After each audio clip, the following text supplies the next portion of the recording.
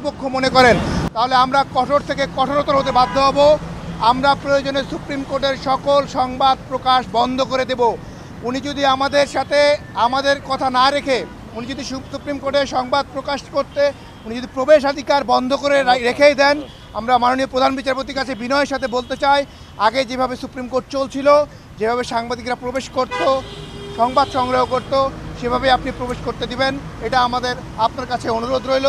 আরেকটি বিষয়, উনি বলতে চান বিশ্বের অন্য দেশে সাংবাদিকরা প্রবেশ করতে পারে না, কিন্তু বিশ্বের অন্য দেশে সর্বোচ্চ আদালতে যে শৃঙ্খলার সাথে চলে, যে অনিয়ম, বিশেষ করে সাবকন্টিনেন্টের দেশগুলো যে মাপকাঠি, যে বিচারের মাপকাঠি, সেখান থেকেও তো আমরা পিছিয়ে। আমরা দুর্নীতির তথ্য তুলে ধরি, এটাই কি আমাদের অপরাধ?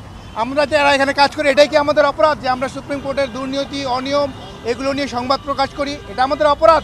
যদি অপরাধ হয়ে থাকে তাহলে আমরা বলতে চাই, আপনি যদি প্রবেশাধিকার বন্ধ করে দেন, আমাদের কলম চলবে, আমরা আমাদের সংবাদ প্রকাশ করতেই থাকব এবং সকলকে সাথে নিয়ে আমরা সুপ্রিম কোর্টে প্রবেশাধিকার ফেরত চাই।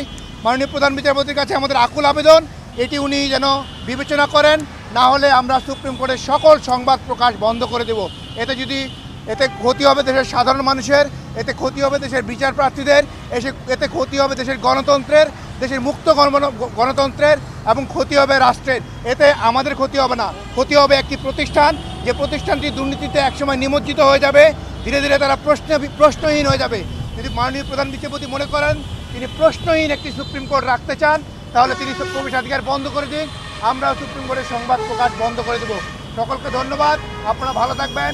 আমরা প্রয়োজনে আবারও এখানে একত্রিত হব।